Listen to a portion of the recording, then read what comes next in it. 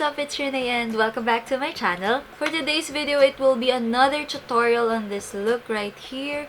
I used the Morphe 39A palette. We're now in the 4th week of quarantine and honestly, wala na talaga akong ma-review. Kaya, ayun, I just decided to experiment on like makeup look and stuff, practice, I don't know if what you wanna call it, but that's that. Initially, gusto ko talaga gumawa ng green makeup look, like, since yung palette kasi na nagamit ko, meron siyang greens, like this story is green, pero yun nga lang, I don't know, I think, sobrang daming beses ko pinalitan yung eye look ko kasi hindi siya bagay sa akin.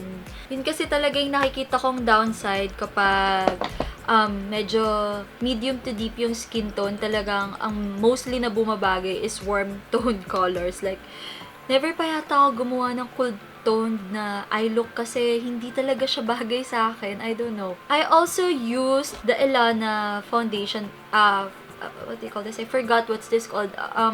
The Ilana powder.